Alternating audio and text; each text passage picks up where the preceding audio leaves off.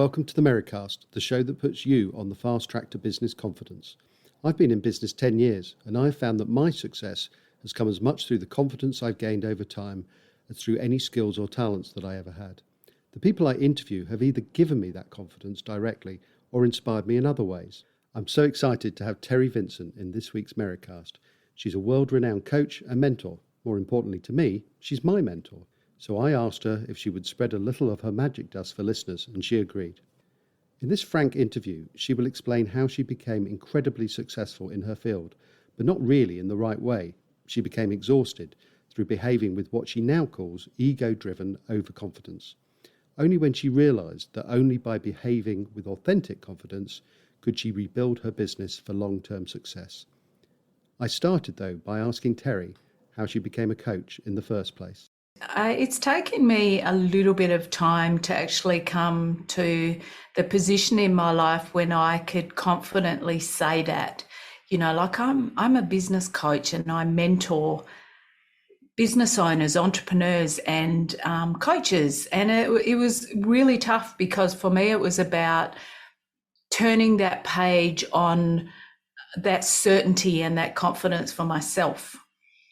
Whereas there's so many out there that are calling themselves that. So for me, it was, I just remember the time when I thought there's something greater in life for me. So without telling you the whole story of how I got to this and the defining moments, too much about that, I just remember that time of my life. And it was when I was in it was actually, I called it like a midlife crisis. It was like I was round about mid-30s. to late 30s, and I realised that there was more to life for me than working for the government. So I worked in a government job, and I had been part of a property program where I was very successful as an investor, and I was invited to become a coach for their program, so their national program. And through that process, so I did that for 12 months. Through that process, I realised that my passion was actually business. And I was very entrepreneurial, but I didn't even really know what that meant. Like, what's an entrepreneur? I'd heard the word, but I didn't really know what it meant. So I was like, okay, I get that I feel a little bit different than an employee. So as it evolved, I ended up having a business with my husband. We got a business coach, which at that time I went, what's a business coach? I'd heard of a sports coach, hadn't heard of a business coach. Had a business coach, and she said to me, Terri, you're spending more time asking questions than you are answering them. You'd be great at what I do. Would you like to become a coach? Is it something you could consider? And 19 years down the track, that's what I've been doing ever since. And I've taken the pathway of running my own business under my own banner, working under a franchise, which was probably the best experience I've had because it set me up as a coach and it gave me confidence to step into something that was fairly new concept to me and go, I can do this. If they can do it, I can do it. And then contract coaching, I did that for 10 years, and back in what I'm doing now is under my own banner again. So it was really the need to be able to step into something that I thought I would truly love, which I did. One thing I'm wondering, though, is at that moment where they said to you, Terri, you should be doing what we're doing, and so what was your initial reaction? Were you sort of thinking, what, really? And I mean, did that come as a surprise, or had you started to feel that sort of confidence yourself that you could do that? I knew because I had been coaching the property investors, which was not business, obviously, but these guys were entrepreneurial. They wanted to grow their property portfolio. So they weren't looking to just go and buy a house and that was it. They were looking to, expand their portfolios into the millions. And I was the support person or the guide, I guess you could say, that was there to take them on that journey. I didn't know everything about property, in particular on the east coast of Australia, where I'm from the west. The strategies are different. But what I realised was I could help them learn how to by finding out the information for themselves. And at the same time, I would learn. So it was like a little selfishness, I thought at the time, saying, if I get them to find out, go and do the research, then I'm going to find out myself. I've got more knowledge to share. So that's how I learnt more about that. I realised then that the coaching side of things was the easy bit. The knowledge bit that I needed to have around property was the hard bit. So the coaching bit was easy. So when it came to the business coaching, and she's a female, when she was amazing, like she was one of the top coaches in the franchise that I bought into. She said to me, "You've just got the gift, Terri. You've got that ability to ask good questions and listen for the answers, but also guide people." And I had already experienced that for the last year. So it wasn't of any real surprise to had that suggested to me, but to have it suggested by her was a big thing, because she was like, we paid her a lot of money to have her as a coach. And I thought, if she thinks I can do what she's doing, she must think I'm okay. That was a bit of a shock, but the rest, I wasn't that surprised about the ability to do it, just being asked by her, I think. It was like, am I good enough? And what made you feel you were good enough in the end? Because we all go through these phases where we're doing something, we're thinking, asking those kind of questions in the middle of the night. Am I good enough to do this? And so on. But what told you? Was there a sort of moment where you thought, yeah, I can do this? Yeah, it's I learned this from my father when I was young, as I was growing up. And if you don't have the confidence or the certainty to do something, borrow it from someone else. So it was sort of like I felt like I was borrowing her confidence and the certainty that I could do it. It's that transference. I didn't fully have it myself, but I had enough to be able to sort of borrow it from her, knowing that she was going to potentially be my mentor anyway. So it's like, if I don't feel it, she feels it. I'm just going to borrow her confidence for now.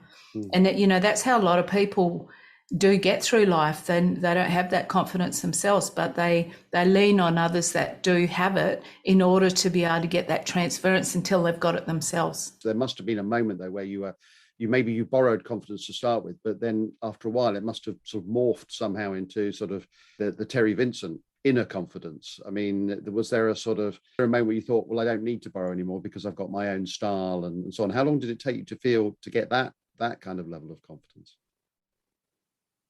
Well, I think for me, it was, I got a low level of confidence as I was starting out, because it's kind of scary. Like suddenly I was in a position as a franchise where the clients were given to me. I didn't have to go out and do much with the sales process. And as that happened, I thought, wow, how am I going to coach these guys? Like, these guys know more about business than me. And it wasn't until I started following the process that they set.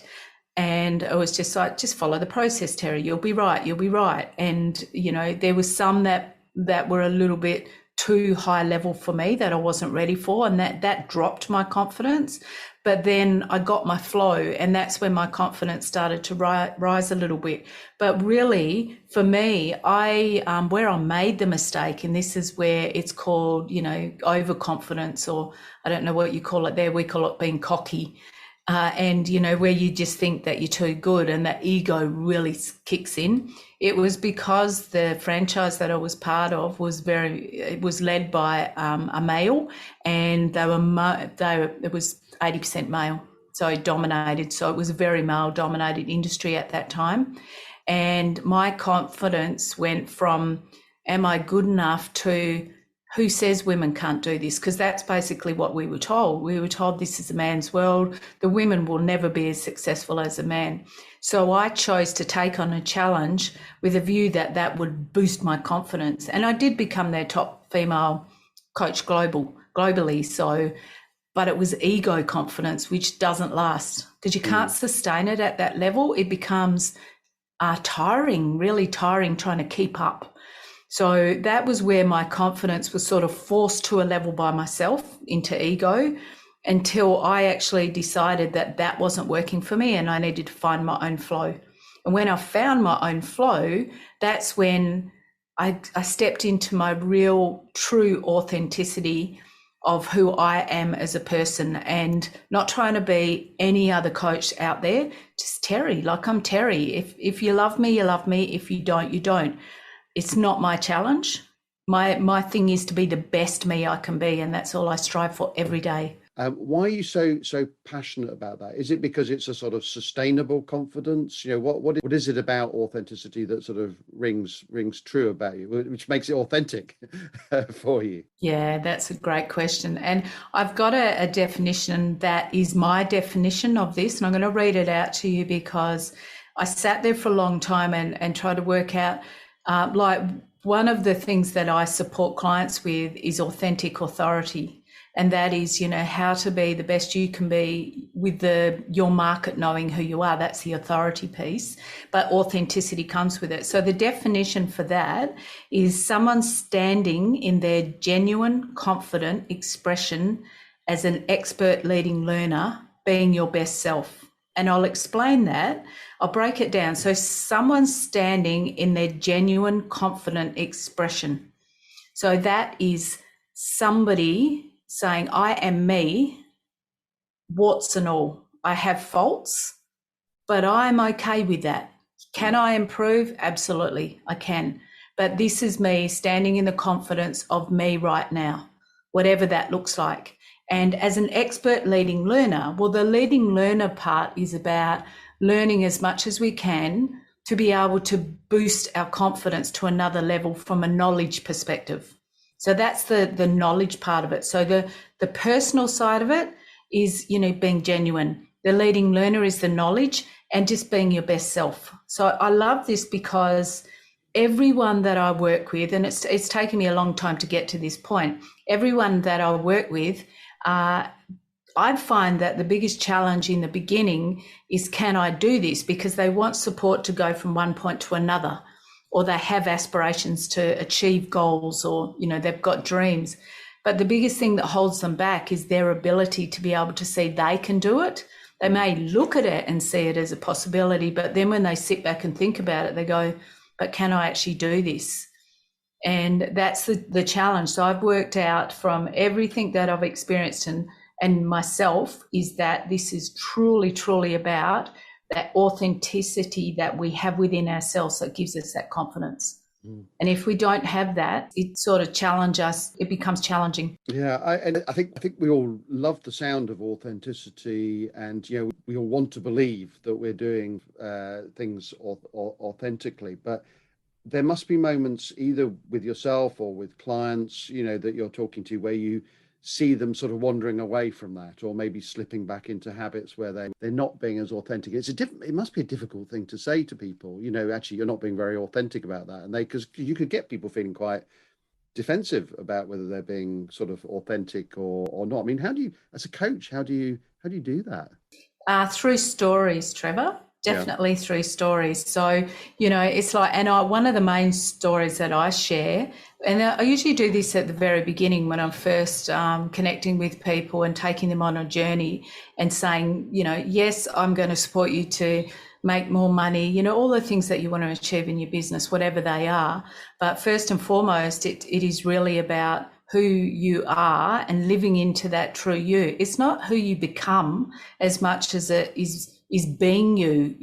We don't want to become what we're not. We want to be who we are. And so many people don't live into that because they feel that they need to model off Tony Robbins, or they need to model off Richard Branson or Roger Hamilton, or, all these greats that are out there. They need to model their style because that way they'll be successful, because that's why those people are. But that's not true. Those people are successful because they are them and they've just been authentically them.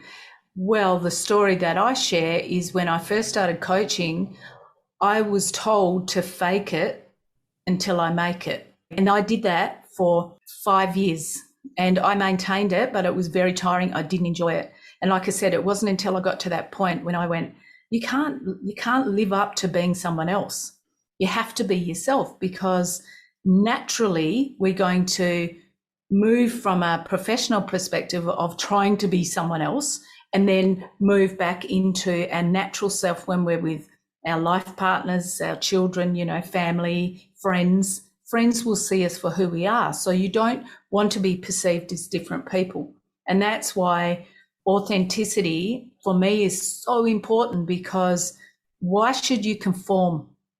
to be something that you're not. There is only one you. Everyone else is taken. Just be you. It works. But even if you are successful, it must be it must be absolutely knackering to just sort of adopt that. So in a way, I suppose it's also authenticity is sort of energy saving as well. So you actually probably have a chance to make better decisions as you go along.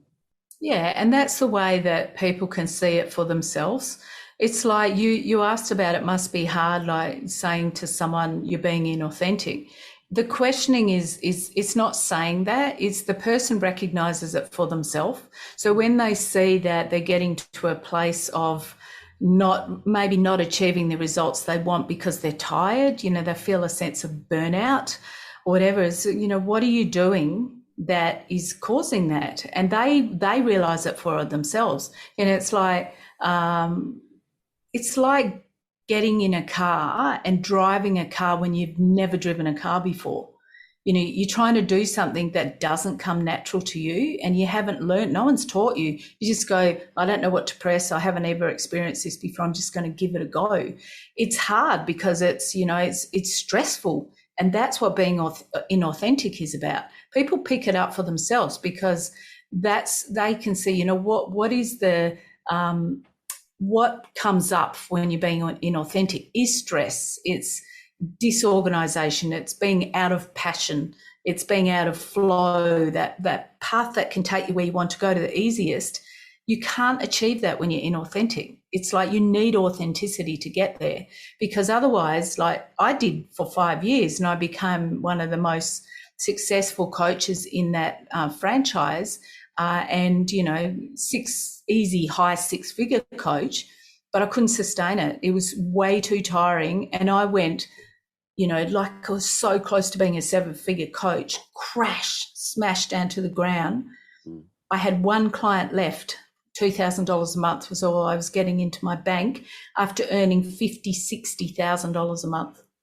That was going into my bank. Why? Because I wasn't being authentic. I was tired. I was burnt out. My clients didn't say, hey, we love you, Terri, we want to keep you. We'll do whatever it takes. In business, in life, authenticity will pay off every time. As soon as you try to be what you think other people want you to be, then the results will follow that, because that's them, not you. That phase where you were talking about where it wasn't going so well, and I think it's probably a kind of more reality of everyday life for a lot of sort of entrepreneurs. I mean, when those things were going wrong, I mean, how long did it take you to sort of diagnose what was happening? Was it something that you kind of immediately thought, whoa, I think I realized what I've done wrong, or did it take some time? And was there a moment where you thought, actually, I think I've worked out what's happening here? I think. Well, I know, I'll say I think because I can't say the exact moment, but I know that it was majority of that time. I knew that I wasn't being authentic. I knew that I was trying to be in the boys' club, and I called it the cigar smoking men's club, because that's basically what they did. Females were not allowed in when there was conferences. The females weren't allowed in. And I thought, that's it. Like, you can't say to me that I can't do this. And so I knew as soon as I thought those thoughts that this wasn't me, my ego was driving it. And we generally know when our ego is doing something other than protect us. Ego is there for protection. But when you get ego there to pump your chest and to say, I am the best, you watch me, I will do this, then that's when we know we're being inauthentic, but ego doesn't let us admit to it. I knew it in my head, early stages, probably, let's just say it was probably 6 months after I started it. And yet I continued it for another 4.5 years until I went, enough, Terri, this is enough. Like, you can do this.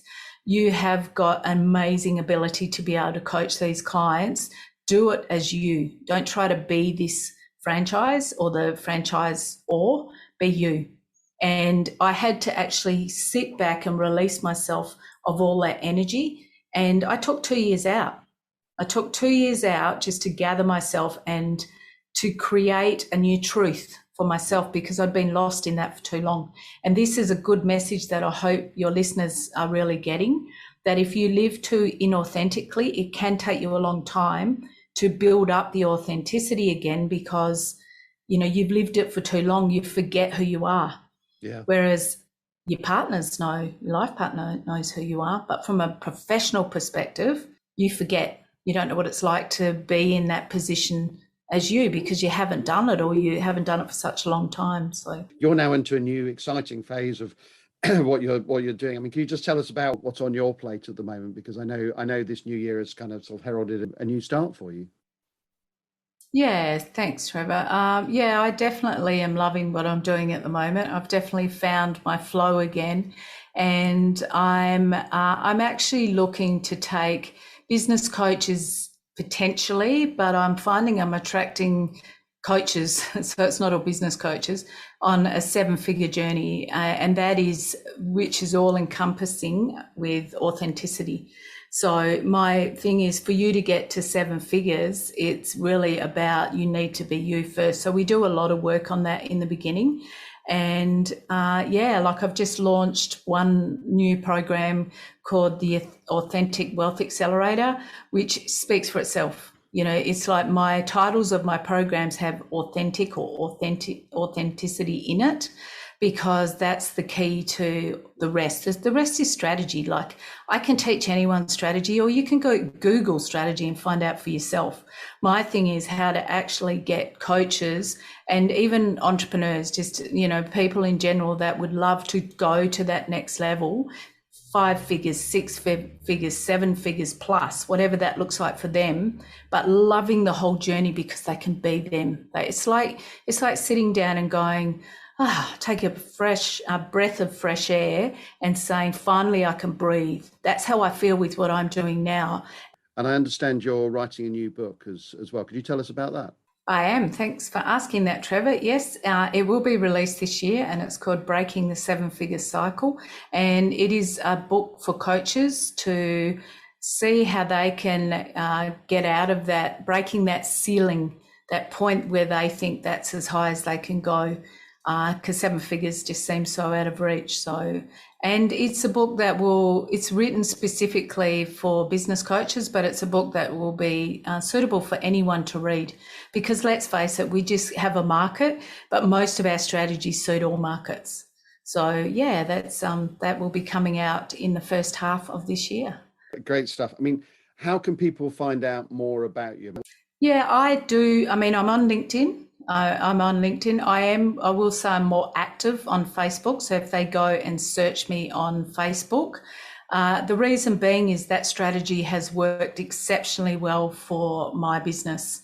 And I run challenges through there, so clients can, or prospects can, find out how to actually get clients for themselves. So Facebook is the easiest way to get to me, but I'm on all social media. So it's been a delight to have you on. So Terri Vincent, business coach extraordinaire, thank you so much for your time. It's a pleasure. Thanks for having me, Trevor. Well, I hope you agree that was an incredible interview. Remember those terms that Terri used: ego-based confidence versus authentic confidence. I like to think that as we all develop our businesses, we will stay true to ourselves, as Terri has learned to do. If you have any questions about this podcast or want to find out about our business, you can do so by finding me, Trevor Merridon, on LinkedIn, or email me on trevor.merridon@merribournemedia.co.uk. The Merridon is spelled MERRIDEN.